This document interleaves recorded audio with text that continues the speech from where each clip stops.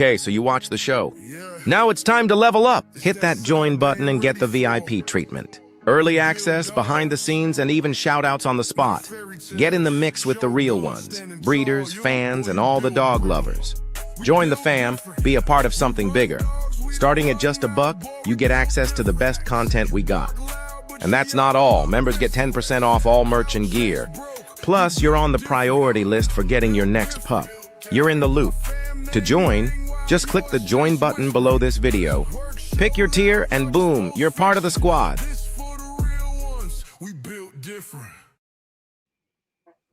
Yo, what's happening? What's good, big dog? We in here like we left our wallet and keys, man. Back in this bad boy. Episode 73. Can training hurt you in other ways? Man. Yep. You back on the channel with the binge ready content, most interactive channel on YouTube. We got the home of the digital dog show, dog of the week and pup of the week. Yeah, man. If you're interested, hit us up, man. Follow us on Facebook. Get active. Ask the questions. Ask the questions you need to know to get the answers you need to have. Yeah, man. Yeah, man. Big A, what's good with you this morning, bro? Man, another day to get at it, man. Got a few things done this morning, and ready to rock and roll, man. Yes, sir. Life-changing events about to happen soon, so just ready to rock and roll, man. You know what we didn't do yesterday? We didn't show the dog of the week. Gotcha. And the dog, we gotta get them boys, man. And hey, salute to the channel of the quarter too. Yes, sir. Yeah. So for the pup of the week, we had none other than Big C's Cayenne. Hey, Big C's Cayenne. Salute. Yeah, who named Cayenne? Who gave her that name? That was Catch Dog Pops. Okay. Yeah. Good looking dog, man. Good looking dog. Yeah. And for the dog of the week, you also had Big C's Cash Dog. Right back at you with another one, man.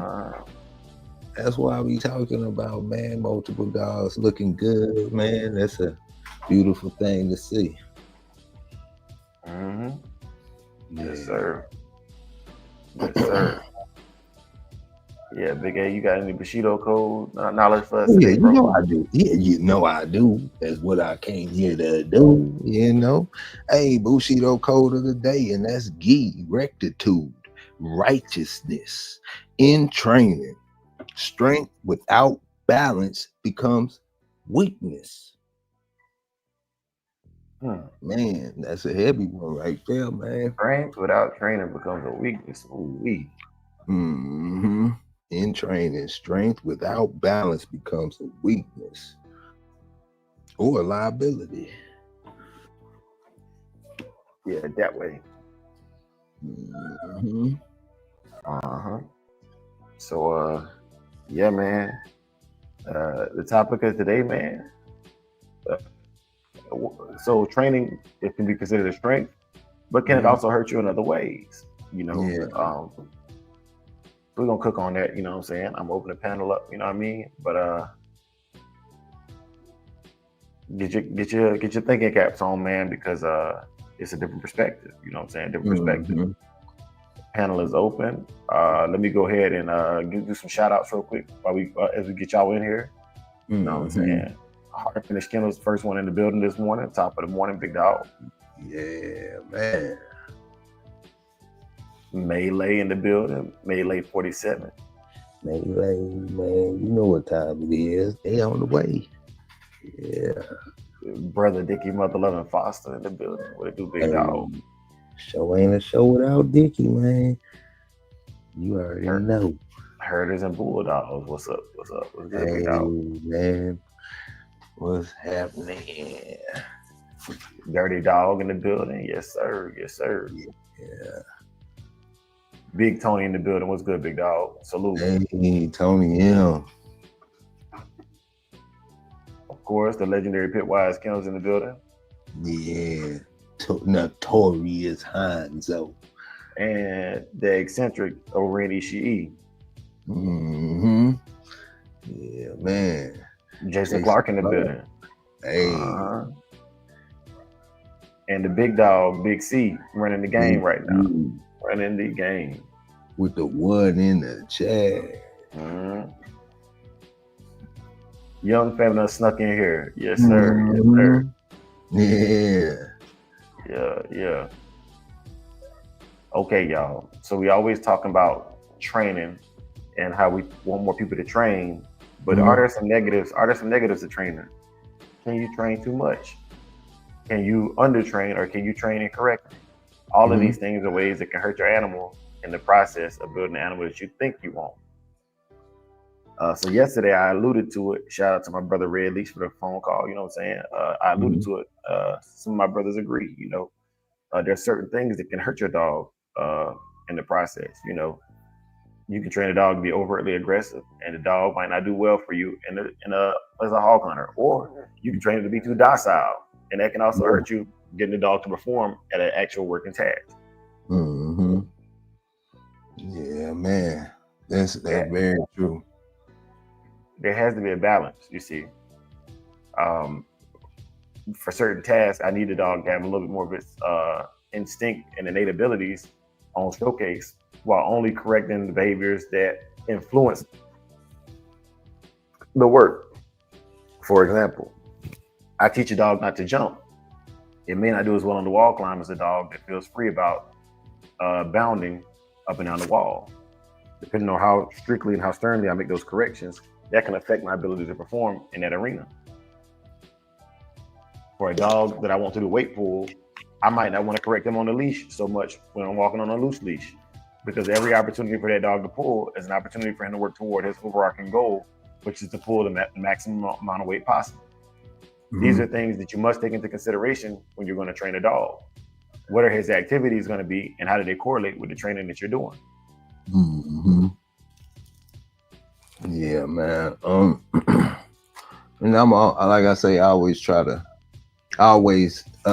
attempt to set myself up for success. And part of doing that is finding the pups thresholds. You know, if they're attentive, how long are they attentive? Pushing past that threshold can frustrate you and the pup, you know, and discourage them from future training sessions. Learning to keep the training sessions short and sweet. You know what I'm saying? Quick 2-minute sessions, 60-second training sessions. Over and under correcting can be a breaking point for a pup too. A lot of times, if you can catch the correction that you need to do, or that needs to happen at the time that it happens immediately, not after the fact, and do the proper correction, it's more effective in the long run. Also, you know, properly exercising a pup. And when I say exercising a pup, I mean mentally and physically. You're not necessarily working the pup, but the pup wants to play a lot, and stuff like that. And those are real good things. And taking your time to find out what really attracts the pup's attention, you know, as far as finding, you know, ways to find some work or get them to be active in the direction that you would like them to be. That's one thing that means a lot.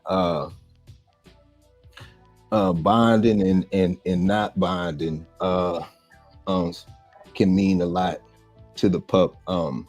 If everything is typically a serious type session,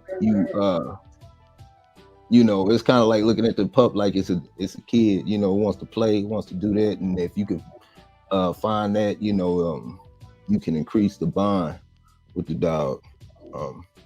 Yeah. Shout out the yellow one, the channel of the quarter, coming through the building. What's good, big dog? There you go. Bloodthirst, Benny. Hey. Yeah. So while I do, like Big A was saying, man, finding their threshold and finding out the balance for you. While I always encourage training, there has to be a cautionary tale for even training, man. If you like, even when you're introducing new things to the dog, man, you're not gonna kill a dog's drive, but you can definitely cap it. You can definitely cap the drive and stop it from doing the things that you might think are important. You know, for example, with puppies, when they're teething, they're gonna naturally bite on things for their teething. Overcorrecting it as opposed to redirecting it to what you want on the bite can cause the dog not to bite as hard. For me, doing bite work, I want my dog to bite hard. I want it to bite the decoy and let the decoy know that he's there, and I want him to enjoy that kind of training. But if I overcorrect the biting, you know what I'm saying, I'm teaching the dog that biting is not okay, and in return, the dog is eventually going to, you know, be like, man, this biting thing ain't fun. Every time I do it, I get in trouble. Yeah, man, and yeah, but that's you know, certain things like that, I consider like playtime. You know, they want to bite on things. You know, it's you know, instead of a lot of time, like you say, redirecting and creating a play type situation for them. Like I say, everything doesn't have to be gun ho serious. You know, yeah, especially with a pup. Yeah. Jayar, Wagwan, look for you. Yeah. Salute. How you did? Man. Yeah, man. I believe that if you're gonna do that, just like anything, man, get you some mentorship in it, and also look at the people who have dogs that do what you want your dogs to do. You know what I'm saying? Like when I'm talking my talk, you know, so I'm talking from the perspective of protection work and scent work. You know, right now, that's my goals, that's my focus. So there are things that I'm losing on by doing that because I have to focus on this thing or that thing. And like I was saying yesterday, man, a dog that's good, that you do it all, might not be good at any of it. Lil J, what's good? Jay. Yeah, man. You know. Another case in point is, and I don't know if any of y'all have ever had this, but you know, keep dealing with these dogs, you will. I've had dogs that don't even like working the spring pole, right? So with those dogs, you know what I'm saying? When I'm training on the tug and I'm training out, if I train that out too hard, I'm decreasing their want to, even more decreasing their want to be on the spring pole because they already don't care for it. You know what I'm saying? Yeah. A dog that's overtly wants to bite on the spring pole, you know, and I let him bite indiscriminately, I'm getting a dog that I can't get to out when I want him to out. You know, so it's all of these things I'm bringing up are things that I personally experienced, and a balance is required to even get you where you want to go. You know, you as the owner, you have to make a decision as to what's right and what's wrong. Yeah, definitely. Another thing that can hurt you in training is skipping steps. You know, if you wanted to really sincerely get into some serious bite work, you know, a lot of times, you know, depending on, okay, so let me put it like this, man. Certain temperaments require certain levels of attention per se, you know. So addressing that from the beginning, knowing what temperament level of dog that you have means a lot, you know, when it comes to training and especially pushing them in the right direction. And then with that being said, skipping steps in training. If for some reason, not even with this breed, but just any breed, for some reason you wanted to get into some kind of protection work or anything of that sort, jumping straight into the end part of the training and doing the serious work versus handling the basic obedience can really have be like a loaded gun with no safety on it, you know. Yeah. I think I see one of the greatest mistakes I see nowadays is because the bite sleeves are so available, you can get them on Amazon and everything. People get them and they get them and they just play tug with them, and that's I mean that's cool. One thing you have to learn is that you're teaching that dog how to bite the human anatomy, right? Yes. Most dogs go for easy grips, hands, fingers, wrists, smaller areas of the body. However, when you start using that bite sleeve and teaching that dog how to bite and target different areas of the body, that can really hurt you if you're not understanding what it is that you're doing. And this is why I do agree with a lot of guys that say that American Pit Bull Terriers should not be used for bite work, but I still do it. I completely understand what I'm doing in regard to I'm teaching this dog to bite the human anatomy in places that it might not would bite, and also by encouraging it to bite, I'm increasing the chances that this dog is going to bite a person, right? That is a known issue. Where I would see bite training could really hurt you is somebody who sees it but does not understand the concept of, yes, I do want it to bite, but I needed to have an on and off switch. And also that most dogs with a high drive do not want to out. That's pit bulls, German shepherds, Malinois, Dutchies. Usually the bigger dog, the Molosers with a choke collar, you can get them off relatively easy because their pain thresholds are not as easy, but you know, it is what it is, man. Yeah. Slicky Bakari, what's good, big dog? You know what I'm saying? Hey, what's happening? Yeah. So Supreme say niggas just be hating because they life and stock suck. Supreme woke up this morning and shows violence. Man. Who hurt you, Supreme? Nah, I think he talking about my rant yesterday. Oh. Yeah, my little rant yesterday, yeah. Damn. Yeah, boy. Yeah,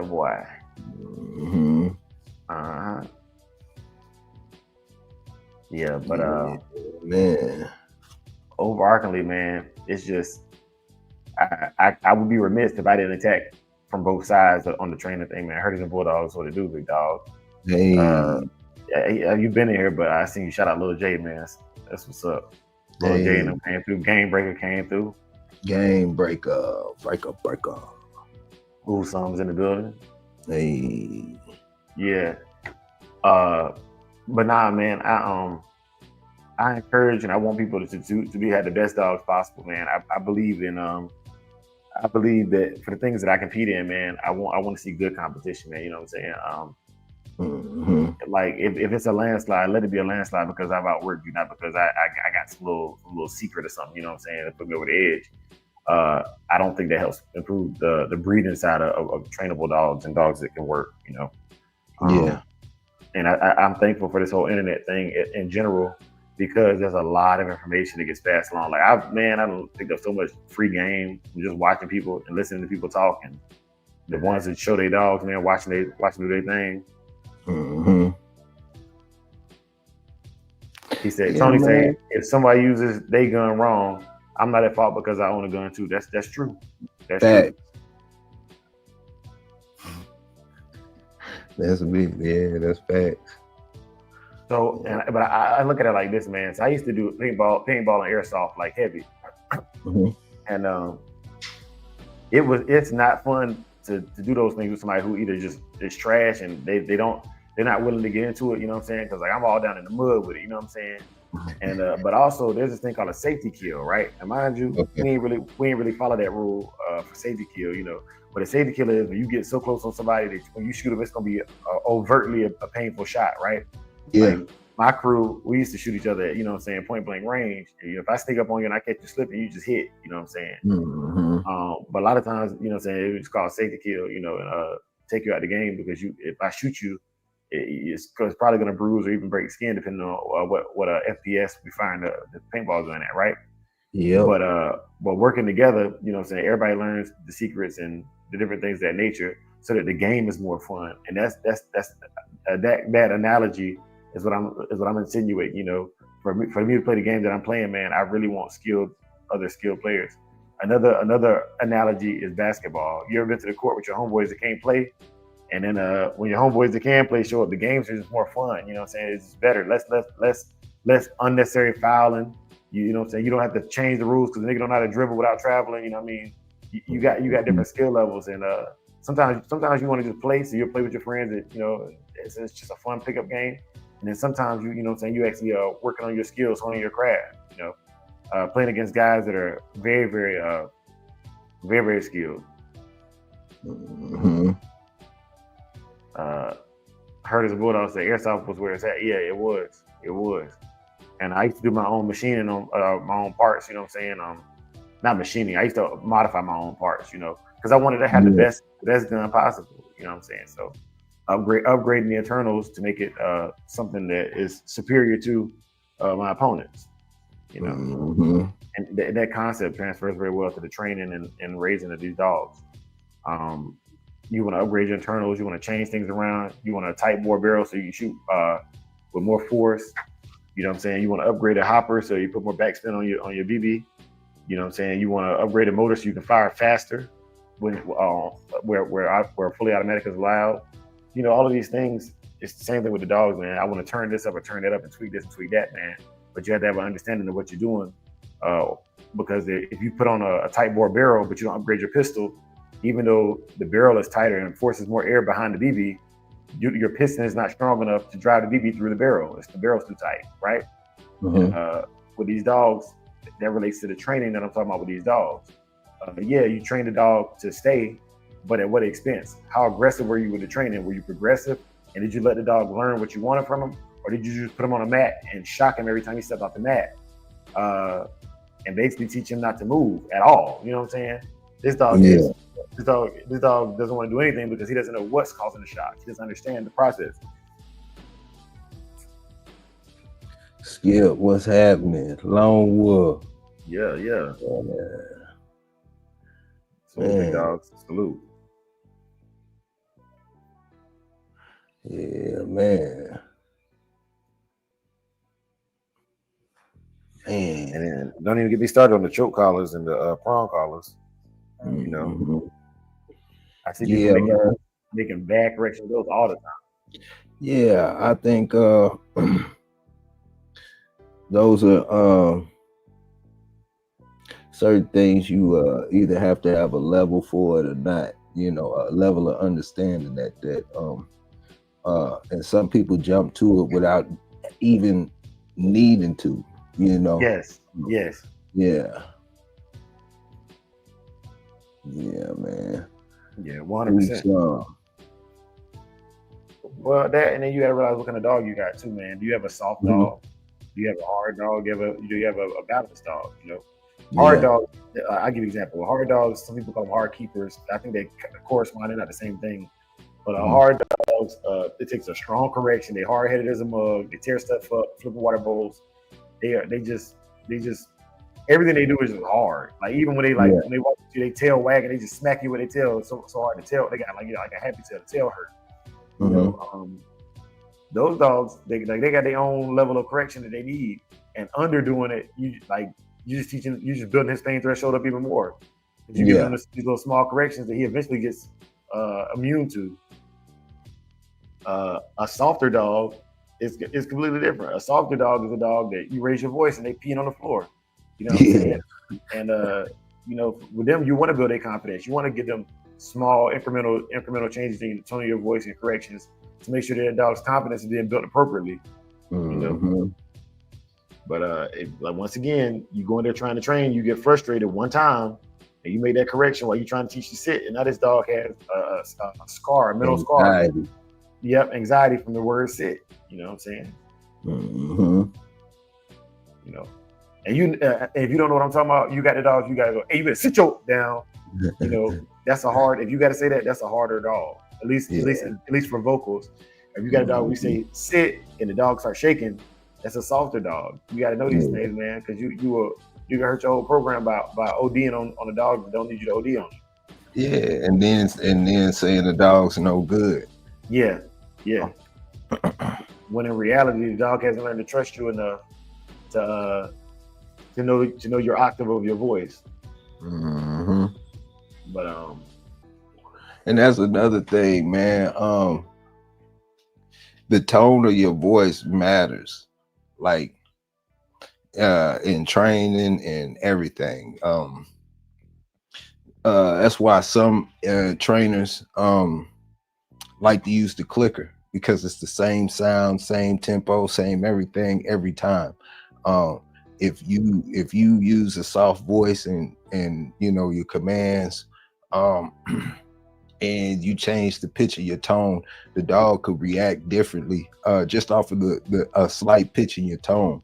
So usually, in my experience, it's best to keep whatever tone you're gonna do, whether it's high tone, low tone, medium tone, your regular speaking, however you're gonna do it, man, it matters, you know, in the long run for a continuance of training. Yeah. Hey, so Skip made a good point, man. What's up? Skip says, I don't like choke collars. I used to make my obedience course trainer pissed because I wouldn't use one. So, I'm glad you brought that up, Skip. So for trainers, man, I always take into account what the client wants. I always take into account what the client. If they don't want to use choke collars, prong collars, e-collars, if they want to train with a harness on, I just give them the feedback. Like, hey, look, you can get the same results, but it's gonna take more repetition, or it could not, you know, depends on the dog, right? Yeah. But like Skip, that's if you don't like something, man.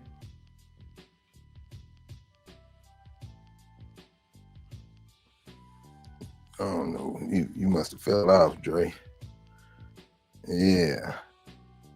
But yeah, man. Oh, and if you are like reaching out to a trainer to, man, do your due diligence on the trainer, man. I mean, it's do your due diligence on themselves. You know, they training process or whatnot, man.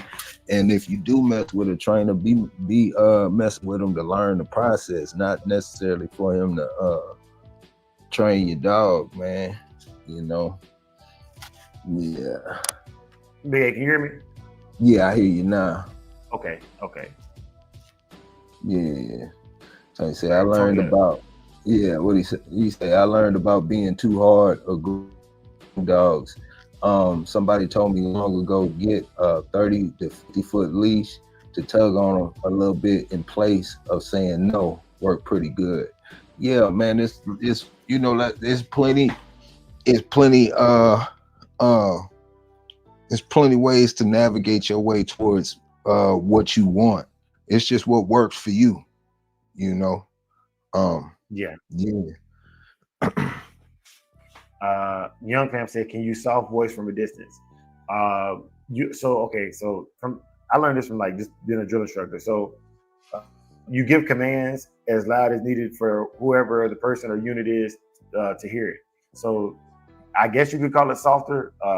You go as loud as you need to go for the dog to be able to hear you and for to understand what it is that you are that you wanted to do, you know. Yeah. But you got octave and you have tone. Just because you get louder, the tone should remain the same, and that's a difficult thing to articulate when you're getting louder. Naturally, your diaphragm is involved, and your tone might change, and it could cause the dog not to respond. Yeah, and you don't have to do verbal. You can do physical signals. You know, like a wave or something like that, and do silent commands. You know, from a distance. As long as they can visually see you. I wouldn't, you know, you probably wouldn't be able to get away with it at night, but you can do that too. Yeah, I do a whistle recall when they get kind of far out. Personally, that's why. Yep, that too. That's as far as a recall, but as far as like different commands, you know, that could be, you know, because you know, sometimes on the walk you do it, I do it. You work on the sit and the down and the stay from a distance. How, you know, I can do it physically with, you know, by doing hand signals or whatever to a certain distance. You know, Yeah, I like a vocal or verbal recall from a distance, only because if there's a distraction, even if they're not looking at me, I want them coming back, you know. Yeah, that's right, Skip. You know, so and you can train without a bond, you know, but it just the bond, I don't know, it's different. You know what I'm saying? Two different types of, you know, deals. But yeah. Well, it depends on whether it's a pet dog or a working dog. I'll give you an example. The Kohler method is typically used with a lot of working dogs. Compulsion training. I'm going to make you do this, and I'll turn off the pressure when you do what I want. I want you to walk beside me. I gotta, you know what I'm saying? I'm gonna pull you along. You know what I'm saying? Believe it or not, a lot of us use the Kohler method to break young puppies on leash walking. That's the Kohler method. You know what I'm saying? You're gonna do like, I don't like, if the puppy want to lag behind, you might, you know, say keep pressure on the leash to the size of the walk with you. Some people yank it along. You know what I'm saying? That's called a yanking crank training method. That's a Kohler method. You know what I'm saying? Or the dog wants to pull ahead, and so you know what I'm saying, you quickly change directions on it. That's Kohler style training. Whether you want to put a name on it or not, that's what it is. You know what I'm saying? Compulsion. You're gonna do what I want you to do, and when you do what I want you to do, the pressure comes off your collar, off the leash, and we're walking together now, right? So that's all compulsion, and it can be very effective with a dog that can handle it. But with a reactive dog, you might get bit. You know what I'm saying? That's the only reason why I say, man, like, understand what you're working with and understanding how that can hurt the dog and you in many ways. And Supreme said, if the dog trainer is still wearing Visu jeans, stay away. But I do prefer a bond because I want to know the dog's behavior. However, if you're training a dog that is supposed to leave you, you might not want the bond necessarily there because it can cause anxiety and other things. So like if I was kicking out just canines for a unit, you know, security, private security, police, military, whatever, I might use more of the Kohler crank and yank method, and just socialize them with human beings so they know it's okay to be around certain human beings. But I don't want this dog to be super like my buddy. You know, he's not my family pet. He has a job to do, and he needs to know that the words matter more than the bond. He has to react a certain way, you know. And when his new owner gets him, then they can work on building that bond with him.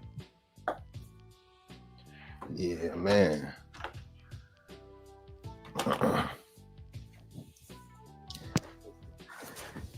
Yeah, man.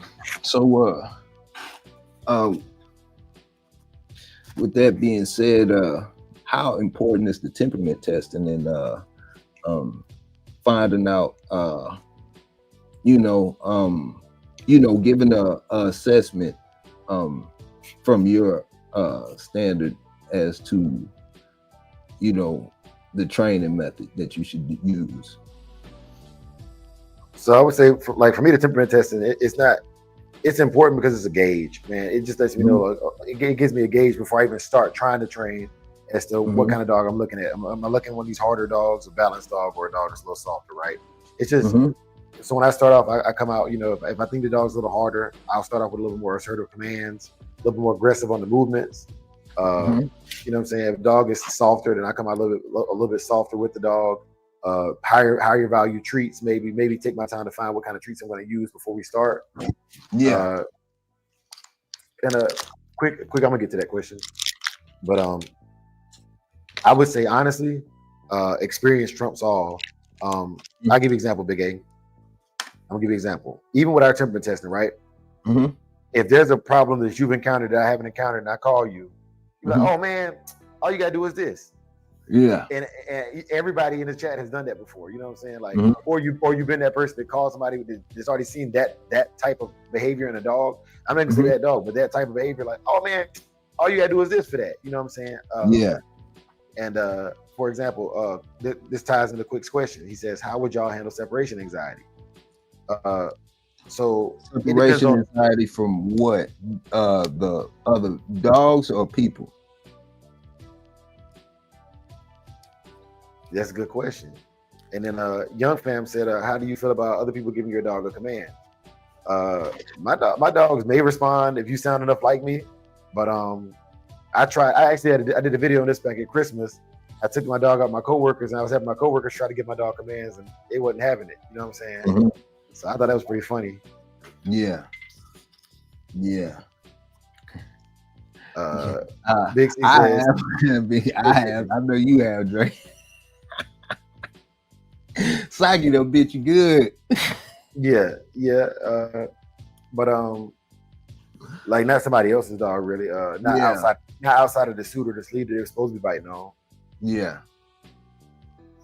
But for the separation anxiety, man, that one right there, it depends on to the degree.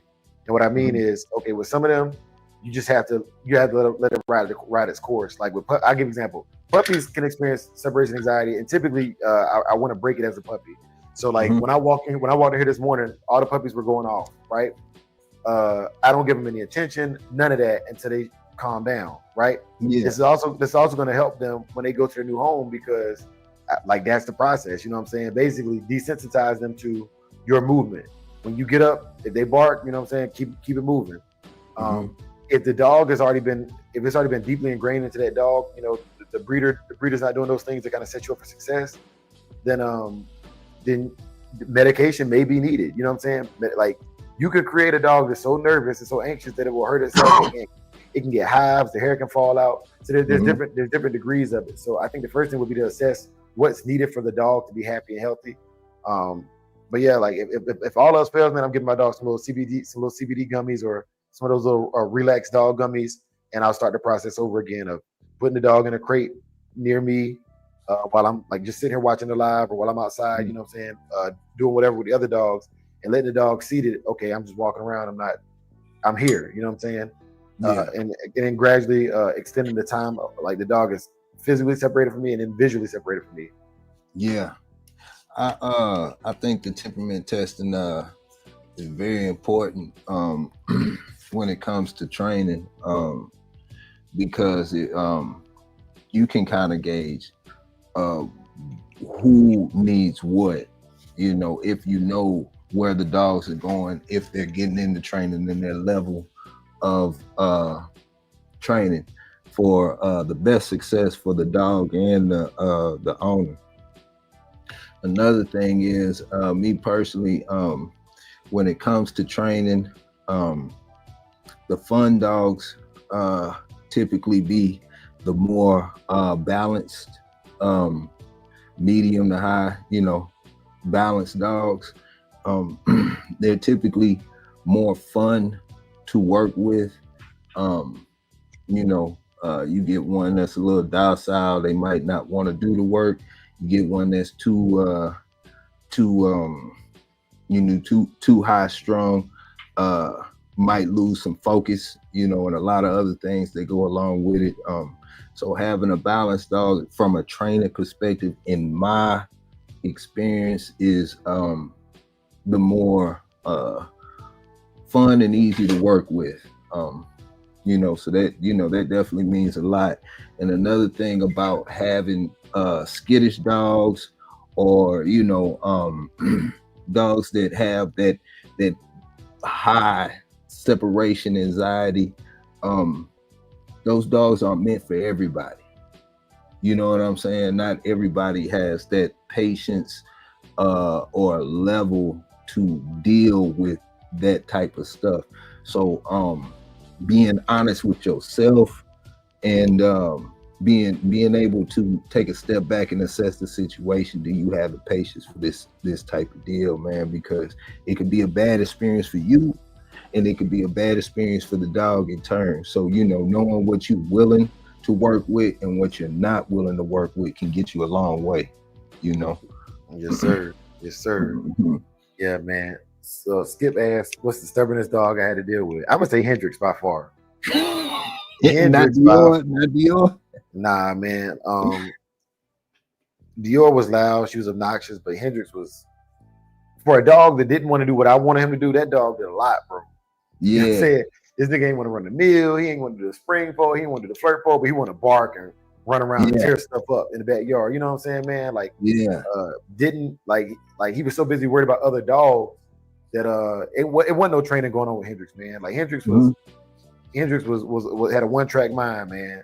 Yeah. He does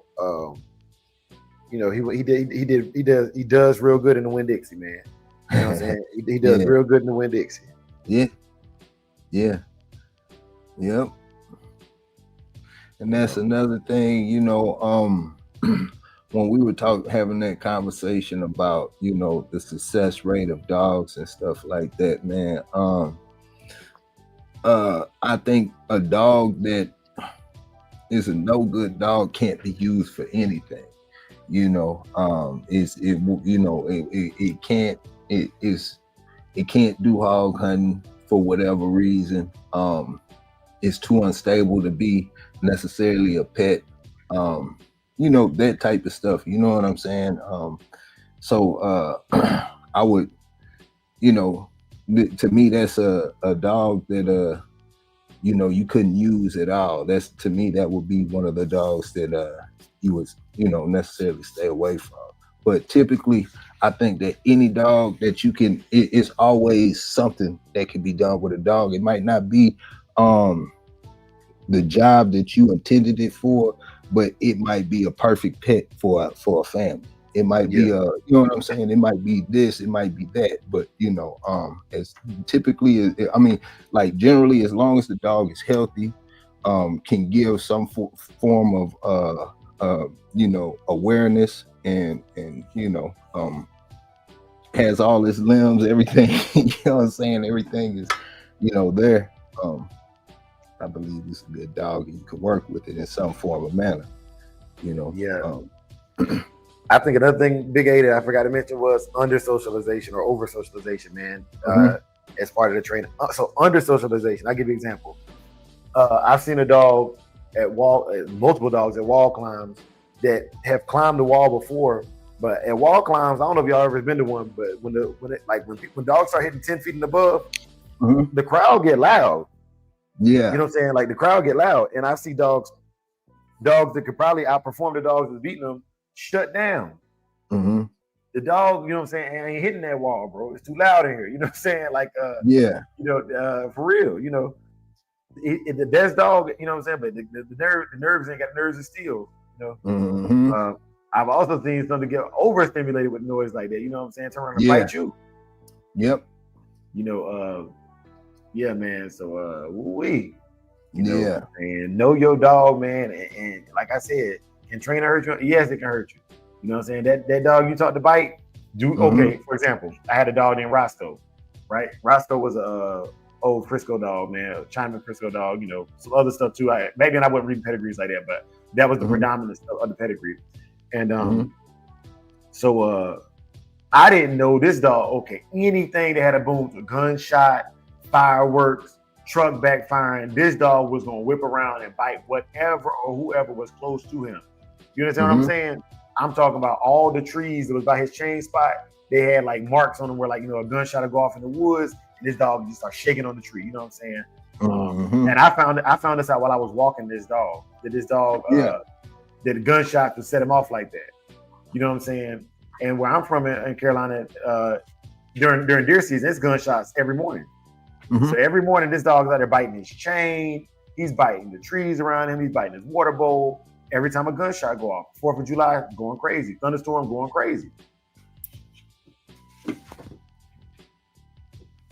You know, so and that was something. Okay, as a puppy, if I had caught it, I could have corrected it. But as an adult, it was reinforced because it felt good to him, and I guess to him that was like defending himself from whatever the noise was. You know what I'm saying? But he would. I'm talking about a smooth 180 every time. Gunshot go off 180 degrees. Whatever he see when he turn around, that's what he bite, man. It was nasty. It was nasty. Yeah, it was nasty. Yeah, man. Man. Yeah. So when do you think that the training how can I put it? How often do you think you should work with a dog for the training to be effective? As often as you need to. And so I'll give you an example. Okay. There are dogs, I ain't gonna lie, I done seen dogs that be sitting on their own, bro. Like, no kidding. Like, you know what I'm saying? They naturally do it. So, you know what I'm saying? You say sit, dude ain't never gave him a treat, ain't never tried it, you know what I'm saying? Just the dog just been around you so much. When you raise your voice, it's like, sit down. The dog does it. Yeah. That's as often as necessary. You know what I'm saying? Ain't no scheduled sessions. Like, now formal training, I don't know, I would say 2 or 3 times a week as a puppy, and then as needed as an adult, right? But as far as just interpreting your dog and your dog interpreting you, as often as needed. You know what I'm saying? Like, matter of fact, I told you about, like, I give you an example of a training I love. I love when I go in the yard, there's that, 5, 6 dogs out there or more, and the owner, the dogs be barking, the owner can say, hey, shut up. And the whole yard get quiet. That's not formal. You know what I'm saying? Maybe I don't care how he corrected it. The amount of training he did was the appropriate amount. To have that many dogs respond appropriately and you know what I'm saying, get quiet like that, that's the appropriate amount of training for it. And I can't give you a number of reps or amount of time or number of sessions per week. That's as needed. You know what I mean? So as far as like healing and things like that, those behaviors that are a little bit more structured, I say 2 or 3 times a week when you're teaching it at a minimum. I like to give a day in between. So like I do like in the beginning, I'll do all week, sit every day for 7 days. And then if they don't have it, then I'll do another 7 days like that, right? Then I'll move on to the next behavior. But after like 2 or 3 months, and they got the basics of each one of those, it's sporadic, and I alternate what commands are being given. So because I want the dog always ready. You know what I mean? Yeah. But yeah, man. MK and Bottoms in the building. What's good, big dog? What's happening? Big Saul in the building. Game Breaker in the building. Yeah, man. But nah, man. I couldn't give you a structured number for that, Big A, because it's all dependent upon how well the dog takes to it. Like I told you, with my Malinois, bro, like that Joker, the first time I threw the ball, he brought it back and dropped it. You know what I'm saying? Like I was like, okay, like he just this is special. You know what I'm saying? Like this I ain't do nothing. You know what I'm saying? Like he just got it. I didn't have to do nothing. So Fetch was just a natural game that he just played. Yeah, I mean, it's some dogs make the owner look better or the handler look better, and so and some handlers make the dog look better. Yes, Cry Kid, MKM, what's happening? Yeah, man. Shout out, man. Shout out. Shout out to Cry Kid, man. Shout out to everybody, man. Salute the whole community, man. Like the last couple of days, bro. I don't want to jinx it, man. The last couple of days, man. Shout out to J-Bo, King T, King T, J-Bo, nonstop. Yeah, man. Man, pressure. Pressure. Yeah, man. Them boys like active. They active, but like you see what they doing. I hate to put them on the spot, but you see what they doing. They bringing everybody back together, man. It's a beautiful thing. It's a beautiful thing, I'll be watching short after short. Yeah, man. They putting in the work. That and they just not with the nonsense. They going everywhere. They either saluting what they think is right, or they challenging what they think is wrong, and they doing it in a way where you could be a man about it. You know what I'm saying? Stand 10 toes down. And disagree, because I went off yesterday, boy. You know what I'm saying? You ain't gonna tell me. You know what I'm saying? You ain't gonna tell me. And I love it. You know what I'm saying? I love it. It's healthy. It stimulated me, had me thinking. You know what I'm saying? And I thought about it. At the end of the day, you know what I'm saying? I love my brother Toyo, but you ain't about to tell me what I can and can't call it. You know what I'm saying? Yeah. You know what I mean? Hey, I love you, bro, but nah, it ain't like that, But it's no disrespect. It's just what I'm doing is what I'm doing, in his interpretation of it, but his interpretation of it. And that's it. You know what I'm saying? That's just what it is. But yeah, man, I gotta shout out them boys, man, because they're doing what's needed done, man. And I see you. You know what I'm saying? Like, you know what I mean? I'm at the special table for a reason. It's because you know what I'm saying? I see what's being said and I see what's happening, man. Like Saturday night session was dope, man. You know what I'm saying? Saturday night session was dope, man. Yeah. Mm-hmm. Yeah, man. No, for real. Yeah, man. Yeah, man. That's dope. You know, I like all of that, man. You know. Yeah. Yeah, Kenny T in the building.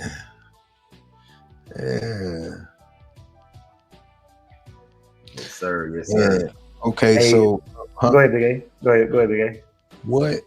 What are some signs that this dog isn't worth training?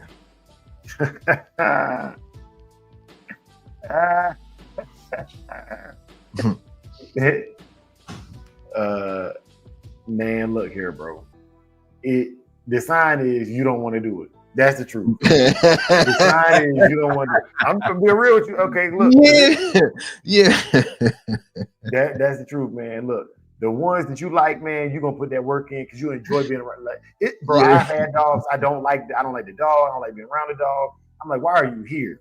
You know what I'm saying? You look cute. You look cute. One day it's a puppy, and I brought you home. Why are you here?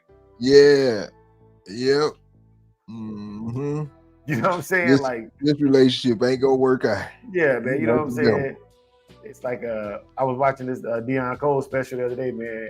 Maybe it was Deion Cole, maybe it was Mike Epps. Anyways, the comedian did something, man. This is a little vulgar, y'all, but like the analogy is beautiful. Mm-hmm. He said, man, I really, you ever dated a girl, man, you really, really thought you liked her until you nutted. Mm-hmm. And then you're like, man, what you doing tomorrow, man? I gotta go to work. You know what I'm saying? Like, you know, and that, bro, there are puppies that will get you like that, bro. Yep. Or you'll get yourself got with a puppy like that, man. You know what I'm saying? Mm-hmm. Like, ooh, look at that puppy right there, or grown dog. You know what I'm saying? Ooh, look at that dog, man. Look at, you know, it showed you one glimpse of greatness. You know what I'm saying? That one glimpse of greatness, that good walk. You know what I'm saying? That whatever it did, you thought it. You know what I'm saying? You thought that was consistent. That was the one standout performance that ever had in his life. You know what I'm saying? Mm-hmm. And you bit. You know what I'm saying? You bit on it. Now look at you. You know what I'm saying? Now look at you. Yeah. Yeah, so yeah, man. Like to answer your question, Big A, I would say the one that you want to work with, man. Yeah, because I've seen people. I'm like, why would he put that much work into that dog? Like, it's clearly he's frustrated, but he loved the dog. Yeah, he loved it. And I've seen guys, I'm like, that's a great dog. Like, bro, why you don't spend more time with that dog? You know what I'm saying? So like that's all speculative at best. Yeah. Yeah.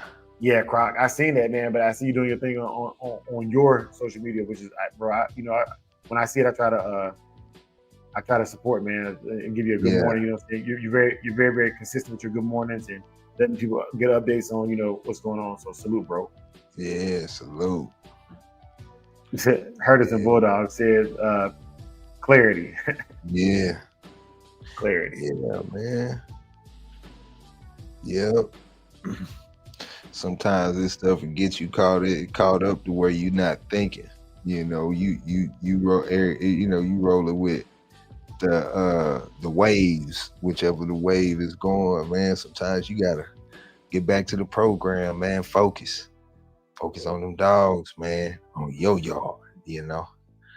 Yeah, for sure. Yeah, man. Well, y'all like you should always be. I'm saying this, and I mean this. For one, you should always be focused on your dog. The only time I'm looking at the other dogs is when I'm going out. I'm peeking at them online if they shoot them online. But the only time I'm really focused on other dogs is when I'm trying to breed or when I'm trying to like compete or what am I up against, whatever it is I'm trying to do. That's it. You know what I'm saying? To compete or to collaborate. Other than that, man, you should always be worried about what your dogs is doing. Arrowhead, what it do, big dog? Hey, what's happening? Yeah, man. You should always be worried about you know, man. If you are worried about your dogs, you shouldn't be really seeing the other dogs unless they're doing the same stuff. For example, man, okay. I think all y'all dogs is great. We had this discussion yesterday, man. You know, Toyo told me 90% is irrelevant. But, okay, if I see that you happy with your dogs and they doing cool stuff that you like, you know what I'm saying? I can either give you a thumbs up or I can mind my business. But one thing I'm not about to do is be like, oh man, that dog shouldn't be doing that. Yeah. What? You know what I'm saying, nigga? What? Yeah. Like, I'm minding my business, man. I got my own issues. I got my own issues. You know what I'm saying? I got poop to pick up just like you got poop to pick up. I got water bowls to clean because they done turn them over, just like you got water bowls to clean. You know what I'm saying? I got puppy bedding to put down and clean up every day, just like y'all do. You know, so salute, man. Salute. Yeah, man. Yeah. I ain't see my boy Casino this morning, man. He probably out there, you know what I'm saying, listening in action. But salute, Casino. Yeah. Catching up on sleep on his way to the money, one or the other. Making money moves, man. Making money moves. Yeah, man. Man. Y'all know what's coming up, man. We got that men at work at 10 a.m. Central, like Mr. CEO say. And you know what's next, man. Y'all better bring something to the cookout. Don't come empty-handed now. You know. Yeah, man. Oh. So Toyo called me out yesterday, man. So look, man, I ain't bringing no more pork or no chitlin today, man. So bring that smoked brisket macaroni and cheese today, man. You know what I'm saying? Yeah, Okay. Man. Yeah. And see, like the way I like to do my macaroni and cheese is, man, I like to make my mac and cheese regular. I like to put it down in the pan, you know what I'm saying? And one of the little tin foil, aluminum foil pans. And I like to put a layer of cheese on top of it. You know what I'm saying? Melt that. Then some more macaroni and cheese. And in that layer, I'll sprinkle the brisket in that top layer, you know what I'm saying? And I like another layer of cheese on top. And I like to make a nice crust on it, you know what I'm saying? I like the corners, you know what I'm saying? I like the texture of my food, you know? Ooh, they got my stomach bubbling. Yeah. I'm lactose intolerant. That stuff had me on the toilet beatboxing, boy. Oh yeah, me too, man. But I'm eating anyways, man. I'm doing it anyways. I don't care about none of that. Yeah, man.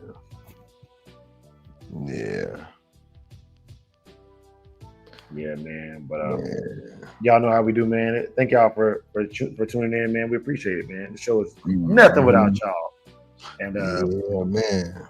I gotta go over there to the cookout, man, and get Big Toyo set up so he's ready to rock and roll. But but other than that, man, go ahead, Big A. Oh, I gotta do my daddy duties, man. Take the little young one to school, you know. Yes, sir. Yes, sir. Hopefully he already ready, man. Oh, Tony said no pork. What is the no? Yesterday Toyo called me out and he was right. I came over there with bad intentions with the shitless, you know what I'm saying? And, he definitely pointed out the BS, and I couldn't even say that. You know what I'm saying? I couldn't even say that. And yeah, man, salute on that. Yeah. Man. The corner is the best part. The corner is the best part, and deep dish pizza, Big C. But y'all know how we end the show, man. We do. Let me hit this benediction, Big A, and get us over there to the cookout. Okay. Yeah. All right, y'all. For those of y'all that pray, please stay. If you don't, you do what you do, boo-boo. But make sure you back to support my brother Big Toyo on the cookout this morning. May the Lord watch between you and me while we are absent, one from another. Amen. Amen. For the love of the dogs. For the love of the game. Peace. Peace. Yeah. Beat drop, slow, head not flow. Blood don't lie, it's that old yellow line. Sack it from the south, Michonne on the rise. Boogeyman bark, leave a mark every time. We don't breathe for clout, we breathe for spine. DNA thick, can't clone this pride. That Shogun blood, yeah, the legends don't die. Started with Boogeyman, go ghost in the chain. Locked in the game, never move for fame. Old mountain lions run deep in the flame. Talking about the fire, Michonne brought the name. Then came fat boy, muscle in the frame. Man, hard, put respect on the name. Shotgun smooth, but the work insane. Sugar sweet jit, but a bite ain't tame. Kiki in the back, had a game in the veins. Gatorade heavy, running straight through the rain. Red digit close, watch him work in the lane. Renegade rider can't hold that chain. Blood don't lie, it's that old yellow line. Sake from the south, Michonne on the rise. Boogeyman bark, leave a mark every time. We don't breed for clout, we breed for spine. DNA thick, can't clone this pride.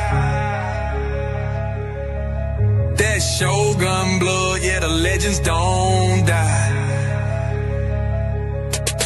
Ain't no luck, just grit and grind. Every dog here put work in time. Lady Rage got that fire in her eyes. Red alert taught us how to recognize signs. Blood heavy like a 2-ton chain. Everything proven, no need to explain. They asked what's in it, that yellow campaign. Built off real, we don't fake no strain. Second was the flame, Michonne lit the wick. If you know, then you know that line too slick. From the field to the show, every move so thick you can't blueprint this. It's the legacy pick.